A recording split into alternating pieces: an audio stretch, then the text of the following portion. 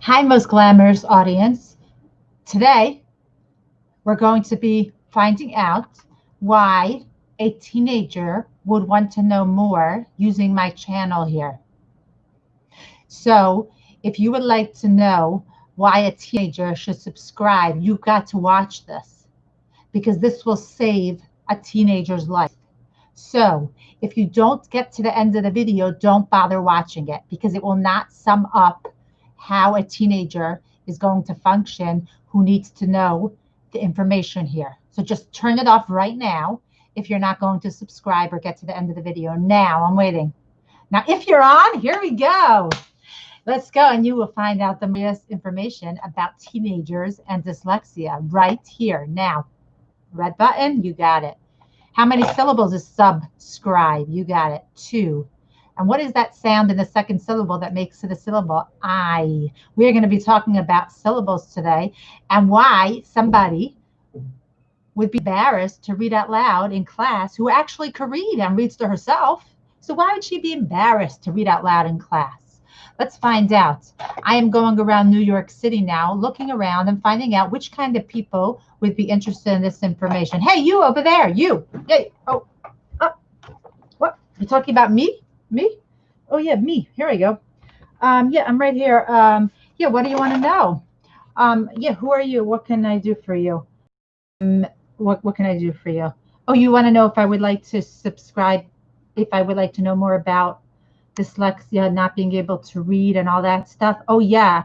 I do have one question about that. You know, I have a friend and she won't read out loud in class. She's embarrassed.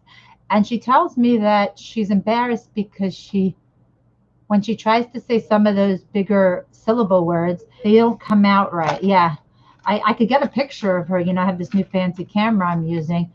And she feels like whenever she reads, she stumbles. So she's always trying to get out of class whenever the teacher's about to call on her. And I feel really bad. I mean, she's brilliant. She's absolutely brilliant type of person. I just want to know what I could do for her. So this channel would definitely be for me as a friend and for her as a brilliant person who has this problem that's affecting her psyche, because you're always worried about something happening. You can't really function in the classroom. That's a terrific question. Thank you for asking it. So what I'm going to do is I'm going to pick out something from a box today, and each of your answers to your questions are going to be right here in this box. I'm going to connect them and help this girl find out how to read with dyslexia when she's embarrassed. So let's see what comes out when I am searching. Okay, here I go. A chain. I have a little loop of a chain over here. It can be used in many different ways. It can be used to twirl, right? It can be used to twirl. Wow, look at that. I'm pretty good at it. It can be used to sort of loop things up. It can be used to hold on to something and try to get it through it. It can hold something up like a string besides looping different loops together. So it has a lot of different areas of what it can do. So how does this connect to your friend who has dyslexia? And she just can't read that word, right? She just can't read it. She doesn't know how to approach it. So let's take it from the point of view of getting through the word. There we go, through the word. And also realizing that a word is made up of many different loops. So in order to I want to give you one strategy to be able to approach this for your friend. Now, of course, she probably had what they call tutoring in the past, but obviously that is likely not an option right now for her. So she needs strategies for how to function without going to anyone or anything specific. So what you can tell her is there's something called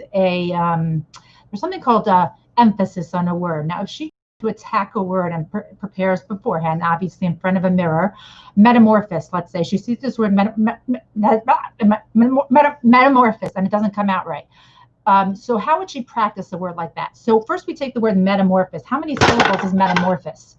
Metamorphosis is metamorphosis. Now they teach you a lot to go metaphor, but really what a syllable is, it's every sound. So me is ta is for is or, and miss is is, right? So metamorphosis has 4 syllables. So she should pick one of those syllables and plan it. I want her to plan that syllable. Let's say she tries to plan the syllable more. Oh, more is easy. I want more of something. So she plans that one is going to have the emphasis.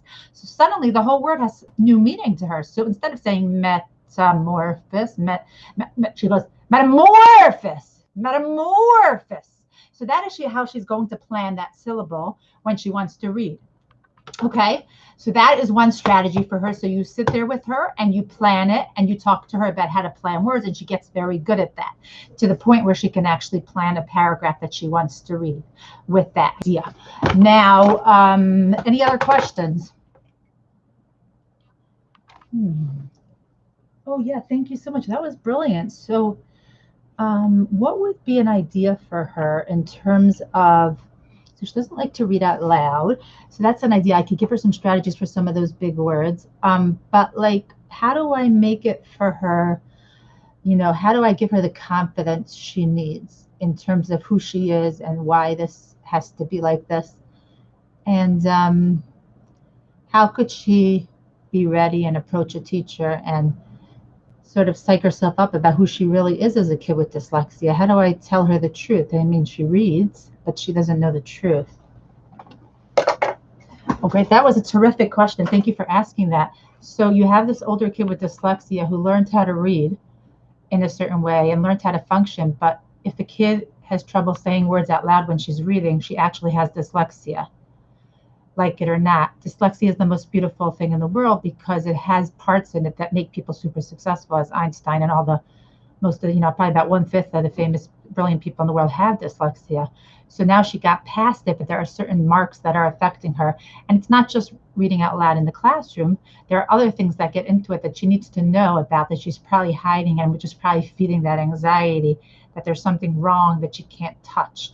So let's pick something else to describe that. See what we get over here. Oh, we got a recording button over here. Does it work? How do you have to blow it to make it work? It sort of has to come from your stomach. So right over here, what we're talking about is dyslexia's dose. The other one was a dyslexia dice. We gave you a strategy. Let's talk about dyslexia dose regarding your daughter. Dose means let's give a dose of who she is. So when I talk to her and explain this to her, I would give her something to read about. Definitely have her see these videos so she can understand herself better. But what I would do is give her a dose of who she really is. What she really is this brilliant person who has something going on in the cogs of her brain because she concentrates in a certain way on things and sees things in a certain way that reading was not an osmosis type of thing for her. Now, because she's so brilliant with remembering how words look, she figured it out. But that doesn't mean that she knows the sounds that really make up the words in that same kind of way. So what you would do is you would tell her, give her the information she needs. She's smart enough to know that. And suddenly everything will light up. Now, how does that apply to blowing? Blowing and making noise, it has to come from the stomach.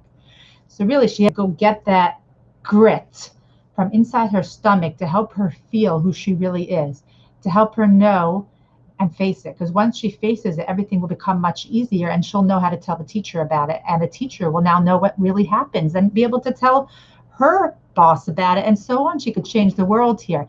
In fact, she can offer to, let's say, create a visual idea for something that no one else is able to do, and in exchange, get the opportunity to be able to prepare a paragraph first with that visual idea.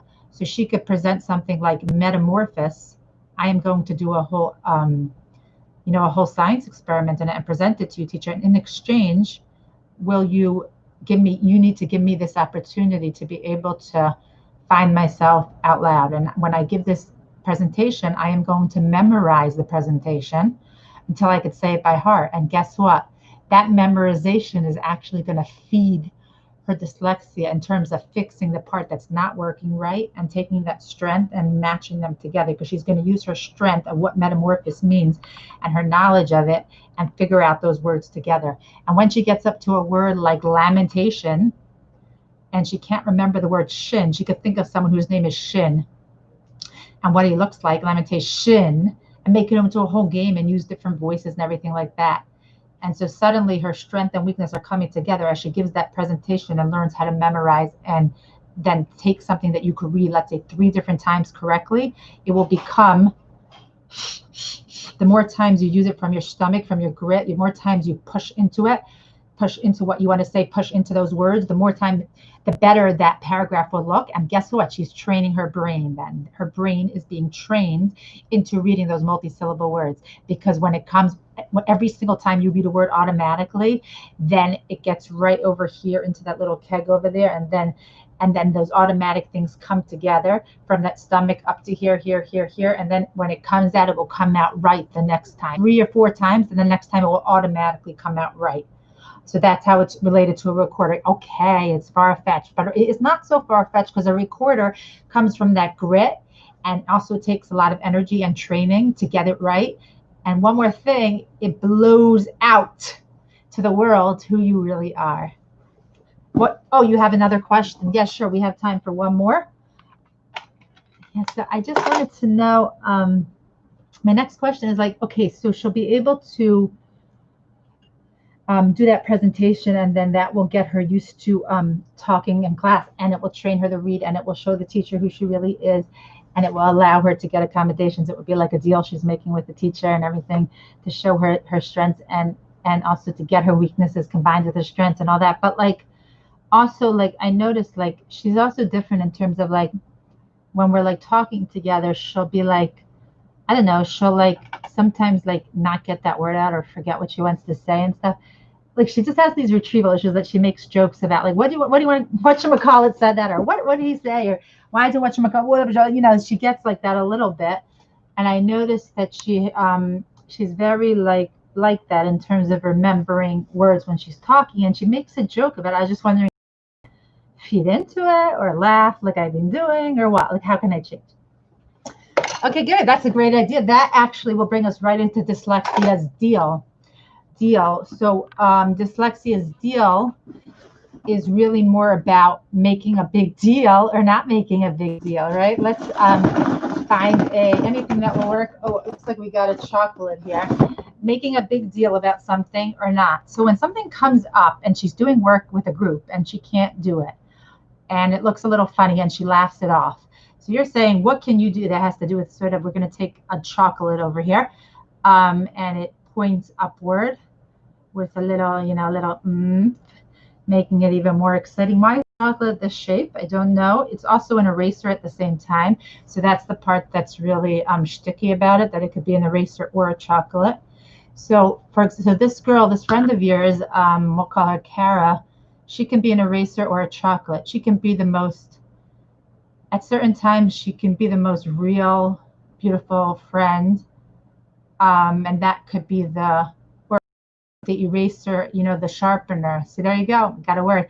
I have this kid I work with, and she's always saying calendar for calculator, and she doesn't even realize she's saying it. So what happens a lot of times with these friends, with these kids with dyslexia, you don't realize when you're saying something different, and you think you said it. So that's another thing that you should realize about her. But so I just did that myself. But a calculator is sort of like using and being, you know, doing things and stuff like that. And the chocolate is just the sweetness part of her when something comes out funny, let's say. So she has a 2-pronged nature over here. So when she comes out funny, now that she's going to understand herself better, she's going to be, oh, that was just a dyslexia moment. Let me come up with a strategy to remember that, because I have a thing about that. I just can't get that word out when I want to say it. What was that word? Automatopoeia. I always say autopotomia. And I have a friend Mia. So I remember Mia's at the end, automata. So first comes Ma and then Mia. Automatopoeia, automatopoeia, automatopoeia. She's very good with auditory, and she's very good with holding on to it using different voices.